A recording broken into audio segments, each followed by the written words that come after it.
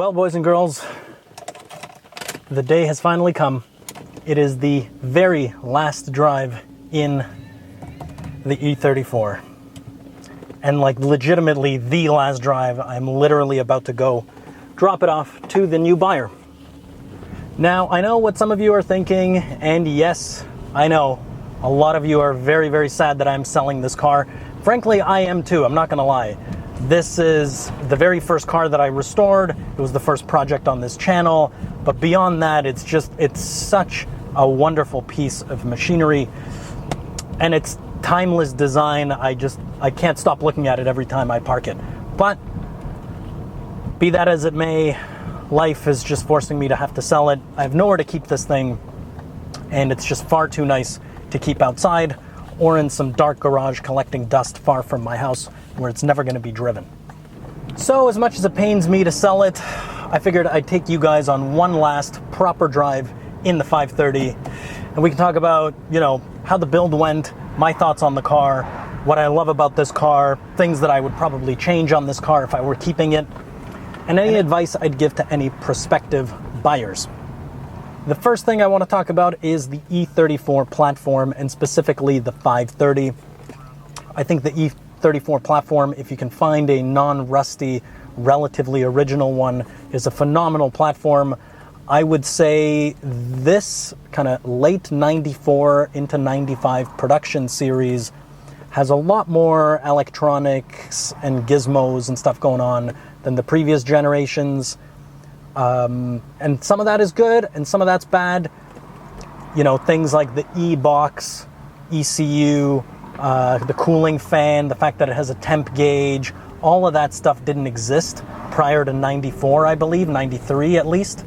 So that kind of stuff, if you can avoid it, makes life, I think, a lot more simple as far as diagnosing it.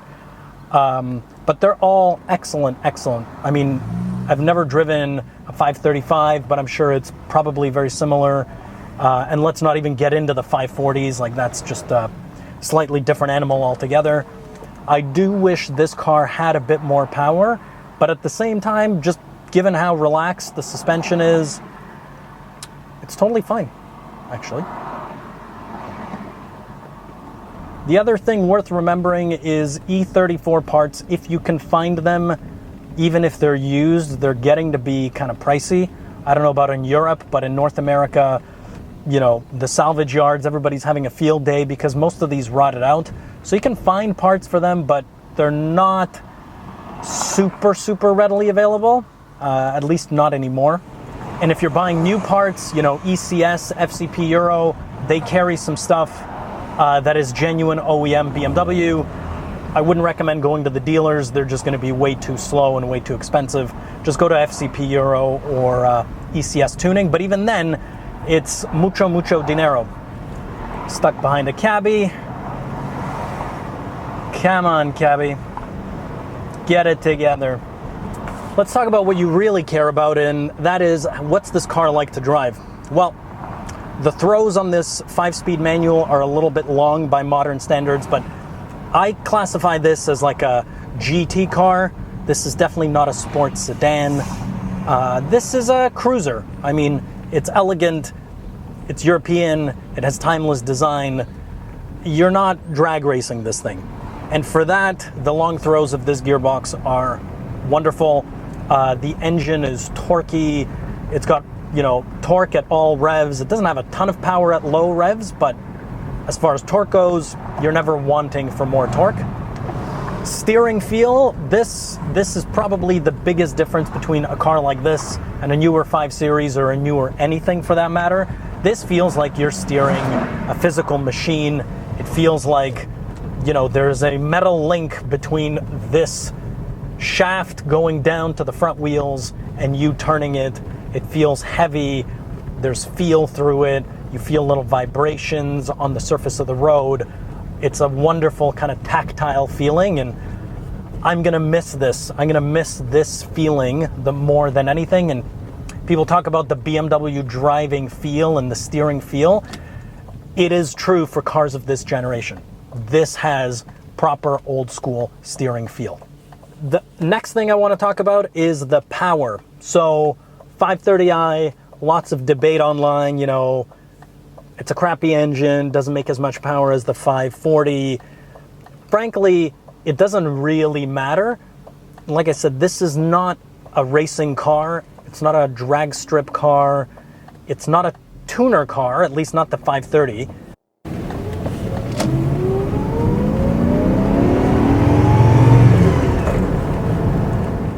Oof, the sound though, the sound that the 3-liter V8 makes is wonderful. You get the high-pitched scream and the low-down grunt. The stock exhaust on this is unbelievably quiet, and frankly, I think it suits the car really well.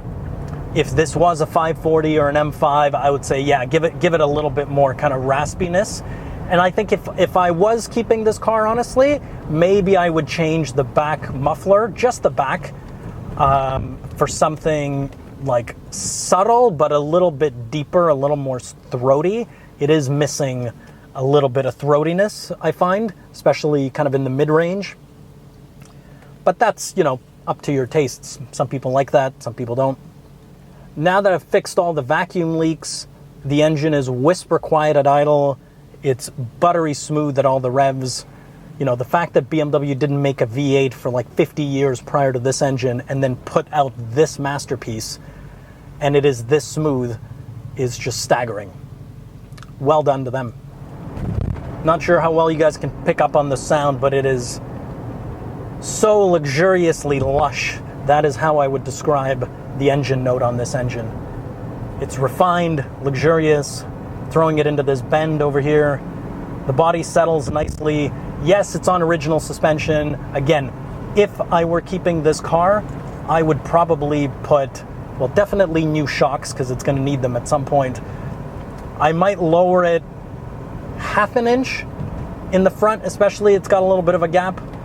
And maybe some, you know, sway bars or something like that, and just keep it relatively stock looking.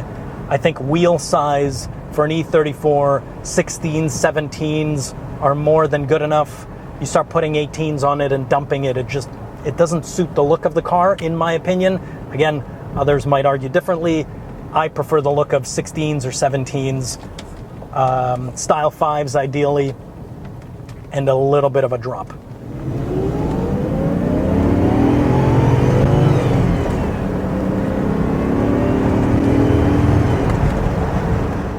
Oh yes. I mean, this engine, particularly after 3.5, 4,000 RPM, that's when it really kicks into high gear. It's quite sluggish up to 3,500 RPM, but after that, it just loves to rev. Now let's talk about the thing that this car is most built for, and that is cruising on the highway. The captain's chair, this kind of adjustable armrest over here, the smooth steering, the comfortable seat. Like, you could just sit in this thing all day in quiet comfort, bomb down the highway without a care in the world. This is what this car was specifically designed and built for.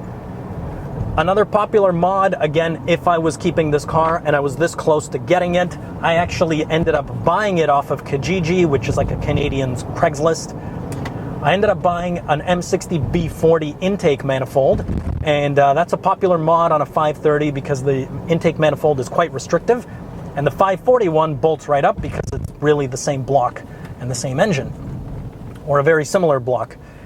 And so what you do is you bolt in a 540 intake manifold, 540 intake MAF, I believe, and then do a little bit of air-fuel ratio tweaking, because with the increased volume of air, obviously, you need some extra fuel. Now, this engine stock makes 215. I've seen people dyno B30s with the B40 intake manifold and a chip, and maybe like an intake or an exhaust mod, and they're getting somewhere in the tune of 240 to 250 wheel horsepower, which is nothing to sneeze at for an older car like this. So if you get a little bit more pep, a little bit faster kind of throttle response, probably quite a bit more torque in the mid-range and the upper revs, I would say that's probably good enough for not wanting to scrap the engine and take it out and put in a 540 motor. A lot of people on the comments were telling me dump the 3-liter, drop in a 4-liter, but frankly, there's not that many 530s around left, especially not with stick. And I figured it's such a low kilometer engine, it's very healthy, it's got excellent compression, it doesn't burn oil, doesn't burn coolant. You know, why rip it out and then it's gonna end up in a junkyard somewhere? I figured I'll keep it original, I'll keep it stock. And someday, if the engine decides to give out and decides to call it quits, somebody can easily drop in an M60 P40 in there and happily keep on trucking. Heading into the downtown abyss that is Toronto. Now, what's funny is the buyer of this vehicle is actually working right here in downtown Toronto, and he's currently heading home from work, and I'm going to the west end of the city to meet him. And now that I think about it, I should have just offered him a ride, because I'm sitting here by myself talking to you.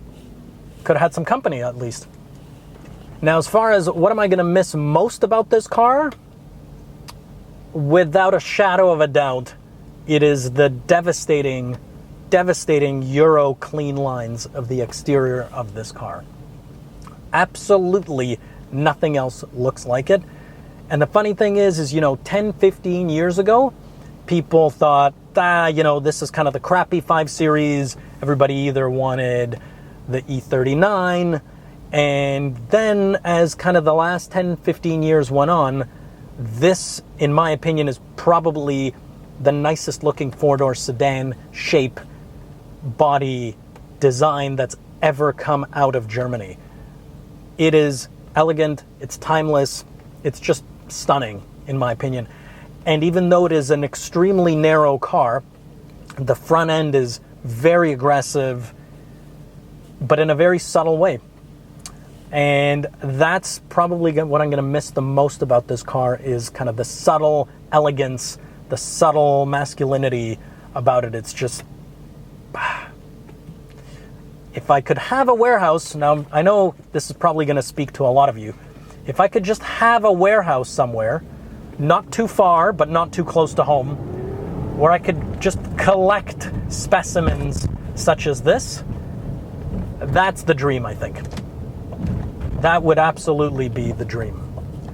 Now, the other thing I want to talk about is just how upset some of you are for me selling this car. Now, I know some of you have E34s. Some of you want me to continue making content because it helps you sort out your own E34, or it brings you back to the, some memories you had owning an E34.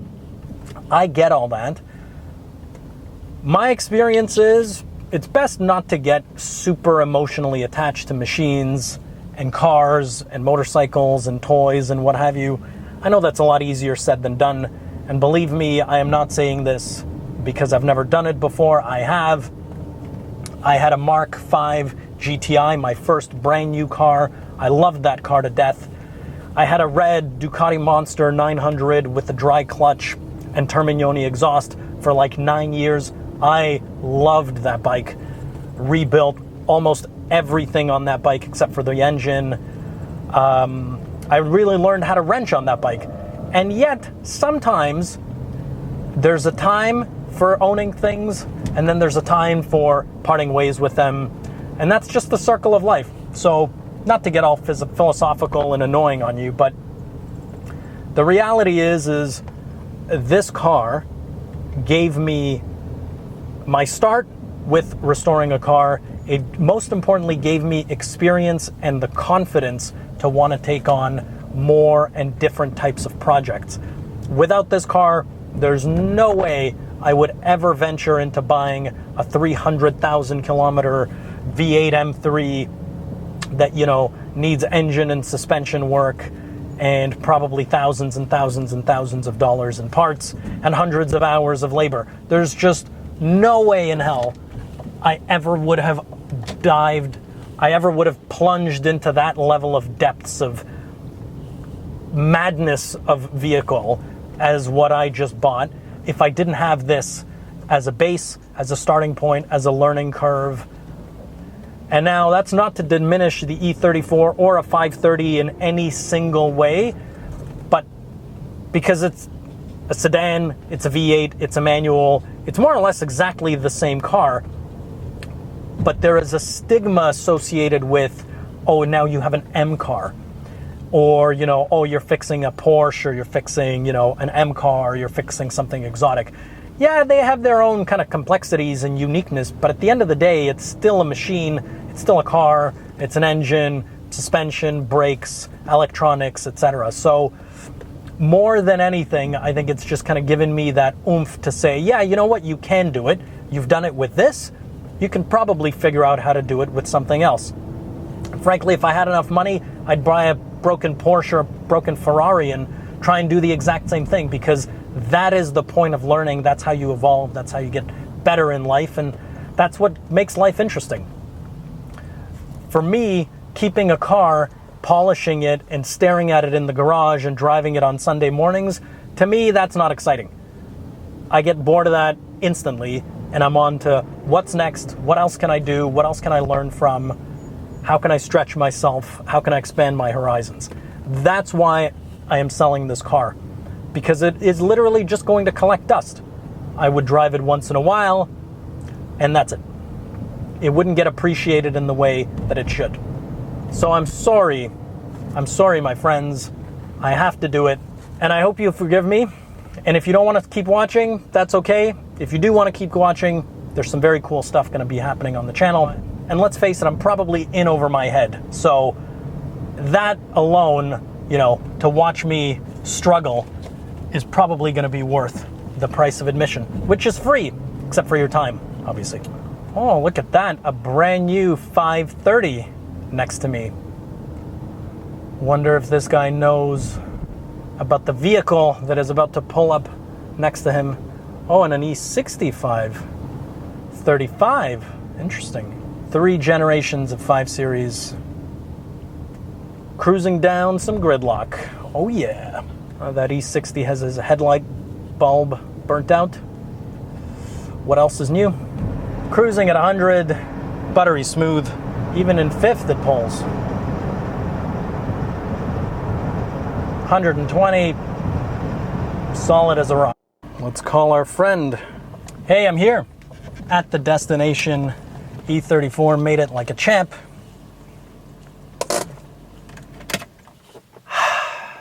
And with that, back to the dead end. All right, we're back in the dead end, and before you start feeling really bad about me or the fact that I no longer have the E34 and I'm leaning on this oil leaking turd on my driveway, I want to tell you an amazing story, okay? So I just dropped off the car with Hussein, the new owner, and he told me a story that when he was young, 11, 12 years old, his dad had a 1995 silver on light gray leather manual 5-speed 530i, literally the exact same car that I just sold him. And what he's going to do is he's going to surprise his dad and gift him that car in a couple months' time when he comes back to Canada from overseas. Now, a story like that just warms my heart, because how can you not be happy about a car going to that type of home? And you just know that his dad is probably never going to sell it, and it's going to stay in the family, and just what an amazing story. So I wanted to share that with you guys. Hopefully that makes you feel slightly better about the fact that I sold the car. I'm going to have a next video out in a couple of days talking about the full cost breakdown of the E34 and how much I sold it for. Then I might give you a little sneak peek into another kind of daily car that isn't really a project, but I got to do a whole bunch of rust proofing and rust fixing on. So that's coming up next. And then this leaky turd is going up on the lift and is going to have some major engine surgery coming up. Thank you all for watching. Adios.